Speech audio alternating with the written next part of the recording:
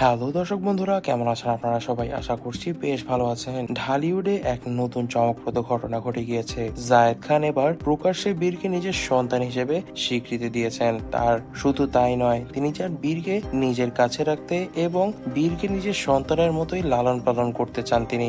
জানা যাচ্ছে বুবলির প্রতি ভালোবাসার কারণে জায়েদ চায় বীরও তার জীবনের অংশ হয়ে উঠুক। বীরকে নিজের ছেলের মতনই দেখে জায়েদ। তিনি চান বীর তার সঙ্গে বড় হোক, যেন সে সর্বোচ্চ ভালোবাসা এবং যত্ন পেতে পারে। এছাড়াও তিনি বীরের জন্য বিশেষ পরিকল্পনা করেছে, যাতে তার ভবিষ্যৎ আরো বেশি উজ্জ্বল হয়। আমরা আমাদের ঘনিষ্ঠ কিছু সূত্রের মাধ্যমে জানতে পেরেছি, বীরের জন্য নাকি জায়েদ খান এখন থেকেই বিদেশে পড়ালেখার সব ধরনের ইন্তজাম করে দিয়েছে। এছাড়াও বিদেশে পড়াশোনার সময় তার যেন কোনো ধরনের কোনো সমস্যা না হয় এবং কোনো ফিনান্সিয়াল সমস্যাও যেন না হয়, সেই ক্ষেত্রে কঠোর নজরদারি রেখেছে জায়েদ খান, যা কিন্তু আমরা শাকিব খানের ক্ষেত্রে দেখিনি। শাকিব খানের ক্ষেত্রে কিন্তু আমরা কখনোই দেখতে পারিনি যে সে বীরের ভবিষ্যৎ নিয়ে কিছু করেছে। হ্যাঁ, এটা সত্য যে সেও বীরের সঙ্গে খেলাধুলা করে, বীরকে সময় দেয়, বীরকে নিয়ে ঘুরতে বেরোয়, তবে বীরের ভবিষ্যৎ নিয়ে কোনো ধরনের কোনো চিন্তা ভাবনা করতে কিন্তু আমরা শাকিব খানকে দেখিনি। তবে এখন প্রশ্ন উঠেছে, শাকিব নাকি জায়েদ, কে হবে বীরের বাবা? শাকিব খান এতদিন ধরে বীরের প্রকৃত বাবা ছিলেন এবং তার দেখভালও করেছে অনেকটাই। তবে জায়েদ খান যদি সত্যি সত্যি বীরকে নিজের সন্তানের মতন গ্রহণ করেন, তাহলে কি সে ভবিষ্যতে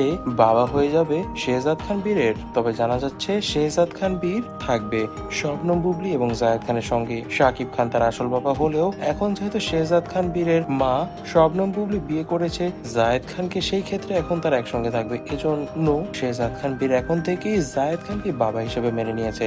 বুবলি যদিও এখন স্পষ্ট এই বিষয়ে কোনো কিছু বলেননি, তবে ঘনিষ্ঠজনরা বলছে তিনি চান বীর যেন সর্বোচ্চ ভালোবাসা এবং যত্ন পাক, এবং এই জন্যই তিনিও ভেবেছেন শাকিবের থেকেই জায়েদই হবে শ্রেষ্ঠ বাবা। কারণ যত যাই হোক, জায়েদ খান কখনো শেহজাদ খান বীরকে একা ছাড়তে চায় না। তবে দর্শক বন্ধুরা, আপনারা এই বিষয়ে কি মনে করছেন তা কিন্তু অবশ্যই আমাদেরকে কমেন্ট বক্সে কমেন্ট করে জানাবেন। আজ এই পর্যন্ত। ভিডিওটি ভালো লেগে থাকলে ভিডিওটিতে লাইক করে দিবেন, বেশি বেশি করে শেয়ার করে দিবেন এবং আমাদের চ্যানেলটিকে সাবস্ক্রাইব করতে ভুলবেন না।